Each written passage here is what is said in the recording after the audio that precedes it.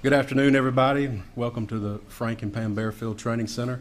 I'm Captain Keith Sescaliba with the Hoover Police Department, and we're here today to provide you with the latest update in the Carlee Russell investigation.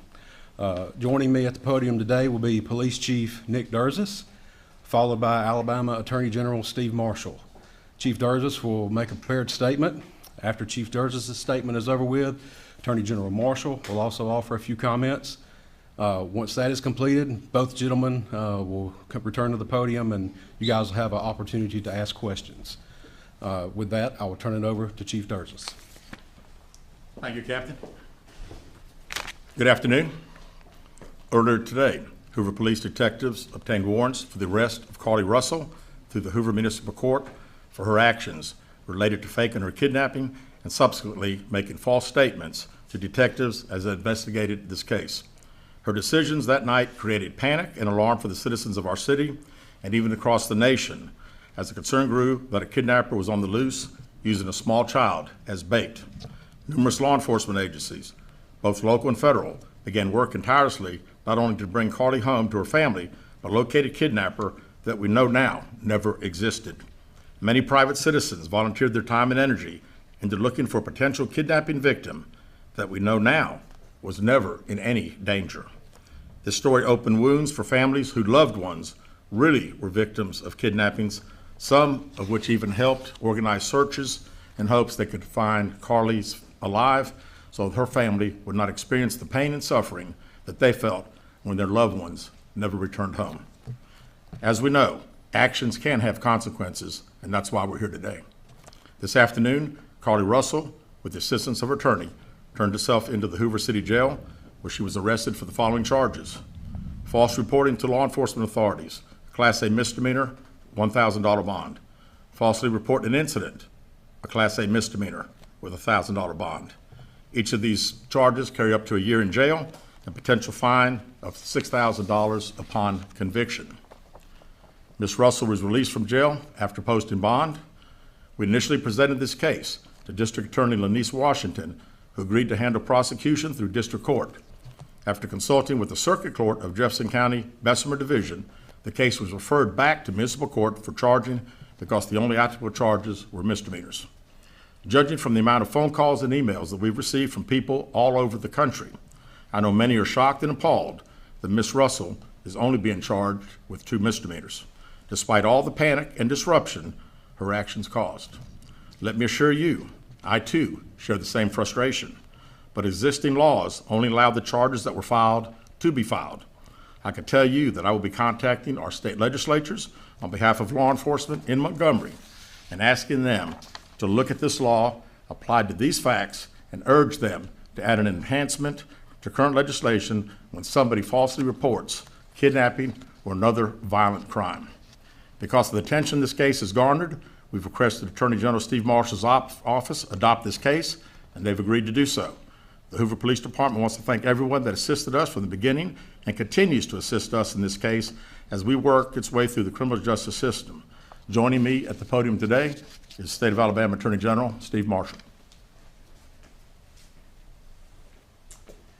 Thank you, Chief. Let me begin by commending Hoover Police Department Chief Derzis for his leadership in this investigation. Obviously, this captured many's attention as a result of not only the allegations themselves, but also the concern about a possible victim and being able to return her home.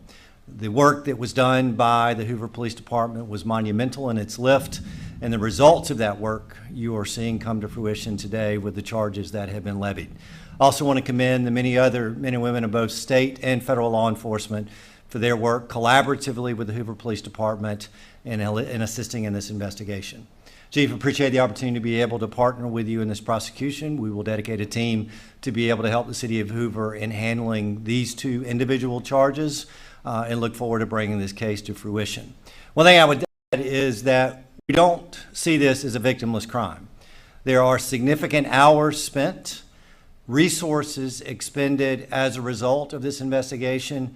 And not only that, but the many men and women who are civilians that wore those yellow vests on a hot afternoon and evening looking for someone they thought was abducted, trying to be of assistance. We intend to fully prosecute this case and look forward to working with the Hoover Police Department moving forward.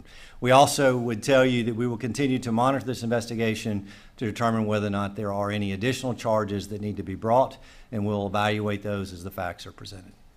Thank you. All right, at this time, we'll open the floor to questions. If you'll please raise your hand and identify yourself and your affiliation when I call on you.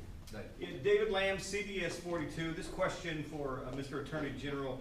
What is it about this case that made it rise to the level to where it was a case that you wanted to take on and be involved in? We handle cases across the state. We have jurisdiction throughout for both misdemeanors and felonies, and when Chief Derzis asked for us, we were more than happy to be able to assist. Is it common for you all to be involved in misdemeanors like a case like this? It's not uncommon. Right here. Keith Mims, WAGG 610, 100.1 FM, Summit Media. Chief, this question is for you. Yes. What time was Carlee arrested today with her attorney, and has she made bail? She has. She was processed in our facility within the past hour. Do you expect any charges to be forthcoming with her parents, or is this just all on Carlee at this point? Well, at this point, and again, I think anything is, all as the Attorney General said, their team will also be searching through our files, and we'll find out what they say. Carol. Carol Robinson with AL.com. Have you, since we spoke last in the press conference, been able to retrace where she was during the 49 hours she was missing, and have you determined if she was with anyone else during that time? We have not found anything out on either one of your two questions. Right here. Valerie Bell, ABC 3340 News. Has there been any decision about a possible civil suit against Carlee and or her family? Also, what impact would this have on Hoover Police Department filing a suit have on the criminal case as well? Yeah, we have not discussed that. Of course, we talked about the hours of overtime and all the significant resources that we used. And we'll certainly be talking to the Attorney General's office about possibly getting some of those funds returned to us. Lisa Crane, WBTN 13. In an earlier press conference, you outlined some items she had taken from her employer. Any potential theft charges for that? Those would have taken place in another jurisdiction, so we would not have charges ourselves. Ashley Robinson, WBRC. Chief, do you mind repeating those charges and fines one more time for us? Sure.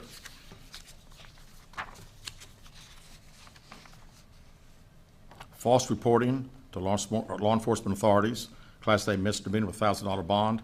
Falsely reporting an incident, a Class A misdemeanor with a $1,000 bond. Chief, I know you mentioned this the last time we were together. Just wondering if you have any update on an idea of the cost that the Hoover Police Department expended in those 48, 49 hours Carlee Russell was mentioning. And one final question, do you at this point have any more information if Carlee Russell acted alone or anyone helped her? Yeah, we have not finished, obviously, the 49 hours. We've been certainly busy since her return, so I still don't have a total on that, and we don't have any idea where Carlee Russell was for 49 hours. Right here. Keith Mims, WAGG 610. Chief, let me ask you this.